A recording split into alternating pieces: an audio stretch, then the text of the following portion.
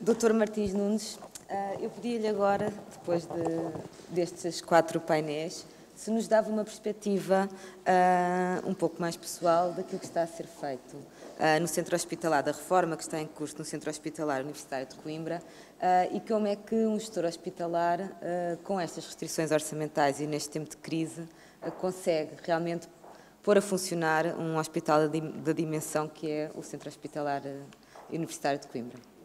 Muito obrigado. Em primeiro lugar, agradecer o convite que me foi feito pelo professor Paz Ferreira, muito obrigado. Cumprimentar os colegas da mesa, a nossa moderadora e cumprimentar todos os participantes. De facto, nós estamos frente a uma crise desconhecida nos seus contornos, nas suas origens e até nas suas consequências. É uma crise diferente de todas as outras. É uma crise que não começou na Europa e tem o seu impacto na Europa. É uma crise que não começou nos países que hoje estão sob supervisão estrangeira, mas tem um impacto na fragilidade de 2 ou 3 economias e, portanto, é uma crise que tem 3 características diferentes de todas as outras crises. É uma crise onde existe falta de esperança, existe falta de confiança e existe imprevisibilidade. E existe falta de esperança exatamente porque ela não era esperada. Era uma crise que nós sentimos depois de alguns anos de desenvolvimento económico, de crescimento, com alguns sinais difíceis de não compreender, mas, de facto, o cidadão normal não esperava esta crise nem a sua dimensão. E, portanto, isto dá uma certa falta de esperança. É também uma crise de falta de confiança porque a origem e o resultado não está em Portugal. Portugal tinha fragilidades enormes, de consequências de muitos anos de desequilíbrios financeiros, que os economistas e os peritos na matéria podiam prever, mas que o cidadão normal não se apercebia. Bom, e, portanto, como o cidadão normal, ele ficou sem esperança na resolução desta crise. É também, a solução da crise também não depende apenas de nós. E, portanto, como não depende apenas de nós, há uma falta de confiança em quem vai interferir para a solução desta crise. Nós assistimos a uma Europa construída sob uma perspectiva diferente dos outros Estados federativos e das outras uniões, das outras federações, porque esta Europa não é constituída por uma federação de uma nação, por um conjunto de uma nação. É um conjunto de várias nações e um conjunto de vários Estados. Isto é tudo diferente daquilo em que se baseia os Estados Unidos, o Brasil, a própria Alemanha, e, portanto, ela também tem características diferentes da maneira como nós podemos confiar a quem nos pode ajudar a superar esta crise. E depois, nós estamos sob a tutela de países estrangeiros. Quando muitas vezes nós dizemos vamos resolver o problema, é preciso pensarmos que estamos sob uma tutela económica, uma vigilância. Bom, e que por vontade própria nós assinamos esse acordo, ou começámos a assinar esses acordos. E, portanto, não podemos dizer que há uma ocupação de Portugal. Nós pedimos ajuda e, de facto, a Europa entendeu ajudar-nos. Bom, entendeu ajudar-nos com compromissos que foram subscritos e, portanto, isso tudo traz uma falta de confiança na população em geral. Quem vai resolver o problema não somos nós. Nós estamos aqui a fazer o nosso trabalho, mas há depois um conjunto de situações, de exigências que nos são feitas e, por essa razão, diminui a confiança. E é também uma crise de imprevisibilidade. Nós nunca tivemos uma crise em Portugal em que não foi possível dizermos que isto é previsível que em 2 anos, em 3 anos, os indicadores passem a ser de determinada maneira, vão melhorar, porque nós não temos os instrumentos que tínhamos há uns anos atrás para resolver os problemas de crise. Não temos poder sobre a moeda, não podemos limitar as importações, conseguimos crescer dentro das exportações, mas para aqueles países que não têm limitação de exportações em relação a Portugal, com uma forte concorrência interna, com o mercado global, e depois sem um orçamento comum da Europa. Não há um orçamento comum. Portanto, e todas estas condições criam estes aspectos de imprevisibilidade e, portanto, uma crise que nenhum país, destes países que estão neste momento intervencionados, nenhuma pessoa esperaria, sobretudo as pessoas que não tratam os números do ponto de vista da economia, do ponto de vista das finanças, e, portanto, ela tem alguns problemas nessa matéria. Bom, e também nós não conhecíamos há 2 anos atrás a verdadeira dimensão da crise. Nós conhecíamos o que nos foi dito através dos vários, do PEC 1, do PEC 2, do PEC 3, do PEC 4, mas quando se fala em PEC, falava-se sempre em estabilidade e crescimento. E a ideia que fica para as pessoas que ouvem isto é que, de facto, vai haver aqui uma estabilidade, vai haver um crescimento, vão existir algumas dificuldades, mas não da dimensão. Nós não conhecíamos a dimensão desta crise. Bom, e também não sabíamos onde é que ela ia incidir, se era nas zonas financeiras, se era na população, se era nos mais desfavorecidos, se eram nos mais favorecidos. Portanto, é uma crise que nós não conhecíamos também onde é que ela iria incidir. E depois também não sabíamos, no caso que nos compete a nós falar nesta conferência, como é que ela incidia e quais eram as repercussões que iriam ter sobre o Serviço Nacional de Saúde e sobre aquilo que poderia afetar ou não o Serviço Nacional de Saúde e como é que o Serviço Nacional de Saúde se podia defender desta crise. E eu quero vos dizer que, do ponto de vista geral, eu acho que nós nos estamos a defender muito bem desta crise até agora. E estamos a defender bem, porquê? Porque estamos a fazer os ajustamentos que têm a ver com áreas circulares à prestação de serviço, que até agora não afetaram, e não afetaram porque aqui foi referido atrás, mas também nos indicadores que temos, não têm afetado os bons indicadores, ou os bons indicadores, e em alguns menos bons indicadores que o país tem.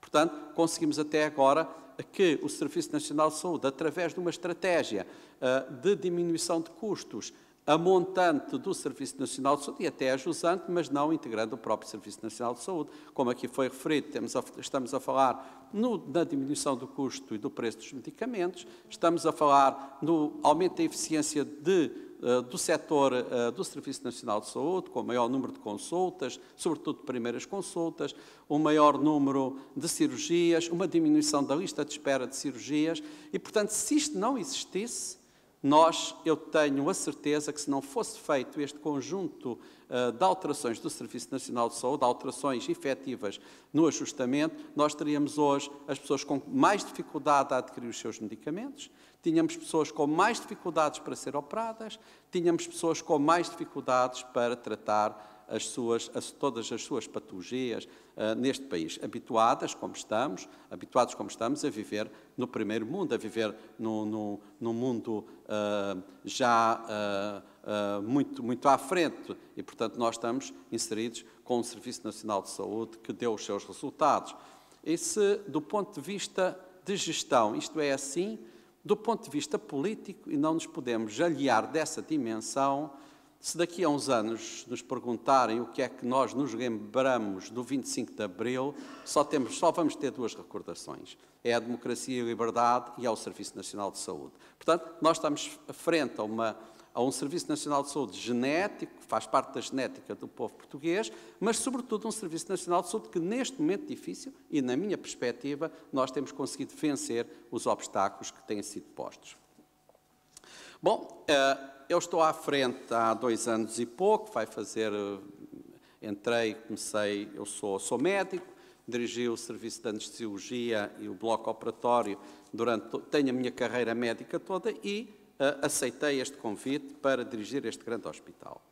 E este grande hospital teve que fazer um ajustamento, e teve que fazer um ajustamento enorme, está a fazer um ajustamento enorme financeiro, que, para termos ideia, este ajustamento, nós em 2010, o orçamento, o conjunto de proveitos do centro hospitalar, no conjunto das suas instituições, era de 463 milhões de euros, em 2013 é de 390 milhões de euros. Estou a falar receitas próprias, mais receitas indiretas, mais o fluxo do Serviço Nacional de Saúde, portanto, transferências do Orçamento de Estado. Portanto, estamos a falar de um ajustamento muito grande. Mas também, se formos aos custos, nós acompanhamos esse ajustamento. Uma parte dos custos derivado das alterações e da diminuição de custos operacionais, diminuição de vencimentos, de horas extraordinárias, etc. Uma parte de encerramento de camas correspondente a maior eficiência, portanto, mantém-se mais doentes tratados, mais doentes operados, mas menor número de dias de internamento e menor número de dias de reinternamento posterior, nós estamos a falar, de facto, que houve uma diminuição de camas à custa do aumento da eficiência. Bom, mas qualquer fusão em qualquer hospital é sempre muito difícil. Uma fusão é sempre muito difícil de promover. Esta é, sem dúvida, a maior fusão alguma vez feita em Portugal. E mesmo a nível mundial, nós encontramos fusões que são case studies, como sejam os 2 hospitais de Estocolmo, como seja o Charité em Berlim, como seja até a formação do Centro Hospitalar de Paris, mas com esta dimensão, com esta complexidade e, sobretudo, num momento de crise, nós não encontramos muitos exemplos em que conseguimos, ou que há estudos sobre esta matéria, e daí que houve uma enorme precaução de iniciar esta reforma.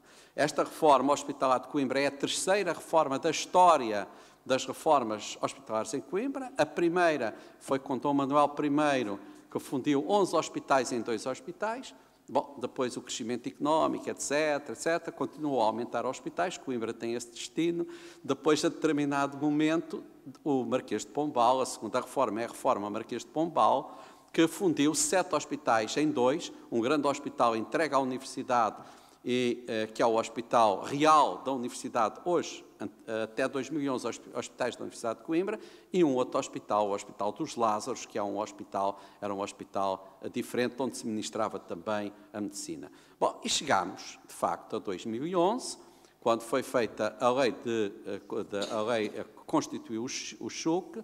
Nós estamos frente a 8 instituições, que são 2 centros hospitalares e um hospital universitário. Portanto, este conjunto é o que vai ser fundido, é a reforma que foi feita, praticamente está no fim, mas é uma reforma que é feita num período de grande crise financeira, de grande crise económica, com desemprego em que nós não podíamos acrescentar desemprego ao desemprego que já existia e, sobretudo, com culturas diferentes das instituições.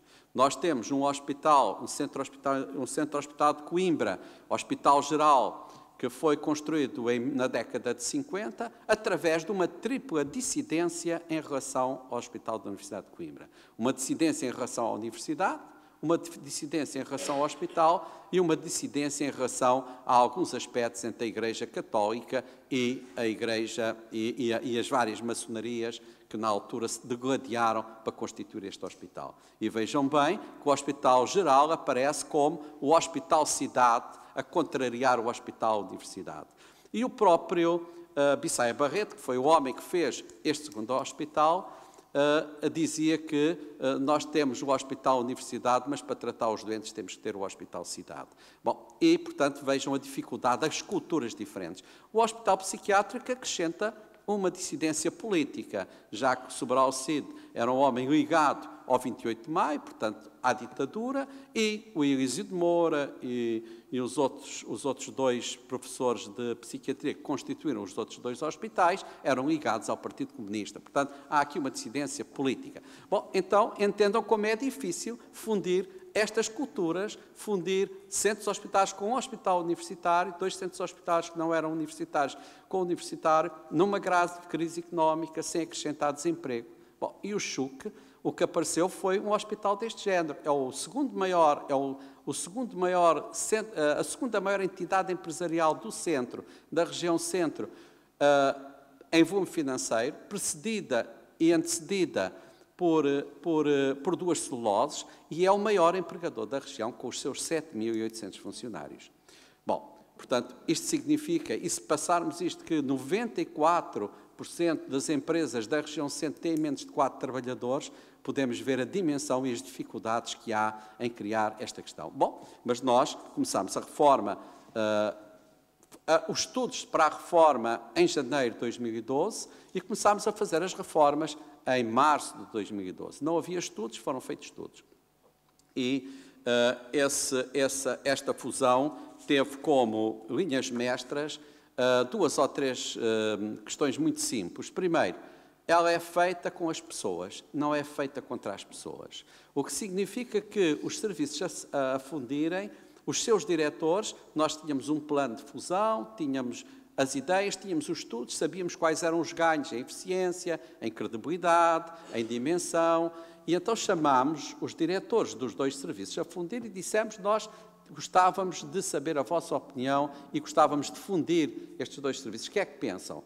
Os resultados dos estudos são estes, portanto, em termos de concretizar a razão da fusão, esses estudos estão feitos. Bom, e então eles aceitaram. Então nós transformarmos o que seriam os atores das fusões em autores das fusões. E esta é a primeira grande dimensão com que se começa a fazer isto.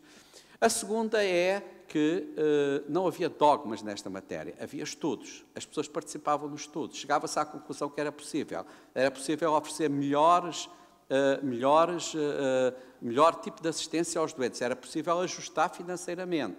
E, portanto, a partir daí, desde que os autores compreendam a situação e acreditem, eles próprios promovem a mudança. E foi assim que nós fundimos à volta de 70 serviços médicos que o hospital tinha e que tem neste momento à volta de 40. Portanto, só há 4 serviços que não foram fundidos, que não vão ser fundidos por razões que têm a ver com a sua dimensão, com as suas características e com a necessidade de estarem, portanto, a prestar determinado tipo de assistência, e depois o hospital pediátrico, em que já fundimos alguns serviços, outros não vão ser fundidos.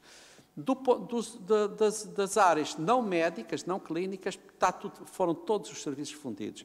Os serviços de aprovisionamento eram 3, neste momento são 1, os serviços financeiros eram 3, neste momento é 1, os serviços farmacêuticos eram 3, neste momento é só 1, portanto, houve uma fusão que ganhou escala, ganhou eficiência e ajudou o ajustamento financeiro que se fez. Não despedimos ninguém até agora, portanto, as pessoas foram saindo pelas suas reformas, pelas suas comissões de serviço e, portanto, neste momento nós diminuímos já em camas 427 camas, tínhamos 2.400 e tal, temos próximo neste momento 1.970 e tal, e a nível de quadro de pessoal também diminuímos cerca de 500 pessoas, mas que por reformas, por saídas, por transferências, não por despedimento. Portanto, é neste patamar que nós nos situamos na reforma. Por outro lado, achamos que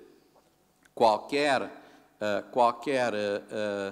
alteração que tivesse que existir nesta matéria teria que ser participada pelos cidadãos de Coimbra.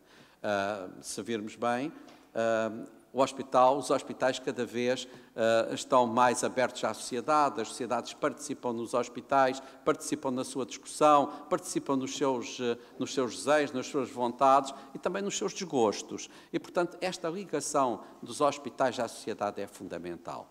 E aí também fizemos, através das organizações que estão à volta da saúde, dos partidos políticos, das autarquias, todas aquelas autarquias que formam o Baixo Mondego e, portanto, assentámos num plano em que todos estivessem de acordo que a linha mestra era, ponto 1, maior eficiência, ponto 2, que o hospital continuasse a ter novos produtos, a lançar novos produtos e que resolvesse um problema de sustentabilidade.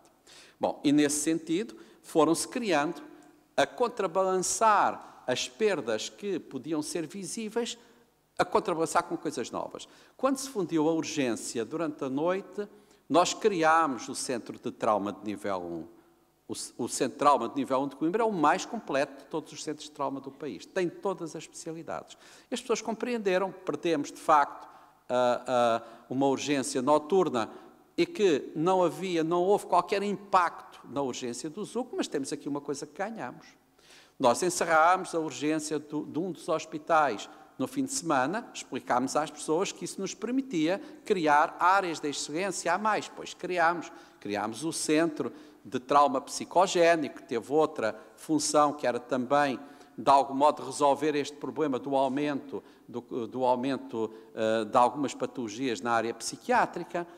Criámos o Centro de Tumores Oculares, primeiro em Portugal, que resolveu um problema de saída de doentes, passámos de importador a exportador, nós passámos, portanto, tem uma capacidade para 40, 50 doentes ano, que é o que nós precisamos, mais 50 doentes que podemos exportar. Ou seja, nós estamos neste momento também a querer criar um novo produto, que é um produto de exportação na área dos cuidados de saúde, aqueles em que não temos lista de espera, os cuidados de saúde em que temos capacidade instalada e que têm alto valor acrescentado.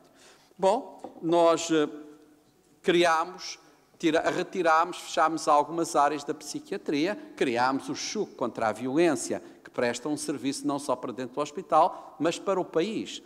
O CHUC contra a violência e o Centro de Trauma estiveram presentes quando foi esta questão dos bombeiros. Ainda hoje estão, portanto, estamos numa área que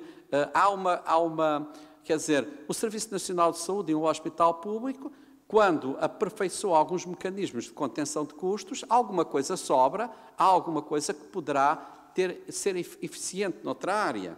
Por exemplo, nós transferimos alguns dos serviços do Hospital dos Covões para dentro do ZUC, criámos nos Covões uma atividade rentável, que é o Centro de Ensaios Clínicos Fase 1, será inaugurado em fevereiro próximo. Isto é uma área também que desenvolvemos e que dissemos às pessoas, não, nós vamos então, temos capacidade para juntar as camas, diminuirmos a demora média, etc. Mas temos aqui uma coisa que vamos também dar ao Hospital dos Covões, a criação de um centro de ensaios clínicos fase 1. Bom, portanto, nós estamos a fazer esta reforma com base não só na eficiência, mas também de criação de novos produtos. O que sucede é que, na visão moderna que eu tenho, ou na visão, não sei se é moderna, a minha visão é que um hospital desta dimensão não deve ser apenas um hospital de serviços. Deve também ser um hospital de produtos. Então, vamos ver se temos esses produtos, se temos conhecimento, vamos então tentar que esses produtos sirvam também eles de financiamento para a sustentabilidade do hospital. E foi assim que nós criámos também o Centro de Transplantes Hepáticos Pediátricos. As nossas crianças estavam a ser operadas em Espanha, nós tínhamos que pagar por isso, tínhamos capacidade, instalámos. E desde março de 2012 estamos a transplantar as nossas crianças, os portugueses, em Coimbra. Mas mais, temos capacidade para lançar um novo produto no mercado, dizer, nós podemos ser o John Hopkins, ou o Hospital La Paz, ou todos estes hospitais que hoje vendem serviços na área da transplantação pediátrica. Portanto, os nossos transplantes hepáticos, passámos de terceiro centro, estamos a caminho de ser líderes, não somos ainda. Passámos de 30 transplantes para 63 transplantes, que foi o último transplante feito ontem, hepáticos, e, portanto, nós conseguimos criar aqui sinergias e criar alguma coisa de eficiência que, para além da reforma em si pura e dura, uma reforma é sempre uma coisa que nós entendemos como negativa, sobretudo na primeira fase da reforma, as pessoas possam dizer, não, sim senhor, nós temos aqui, perdemos aqui alguma coisa, ganhamos aqui, e o hospital ganha mais porque do conjunto,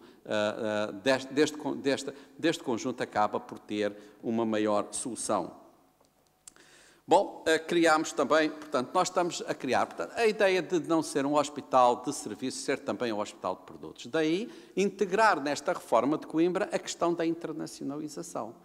Internacionalizar. Temos ou não temos capacidade científica, técnica, disponibilidade de meios, capacidade instalada, em algumas áreas onde não temos listas de espera, podemos ou não internacionalizar.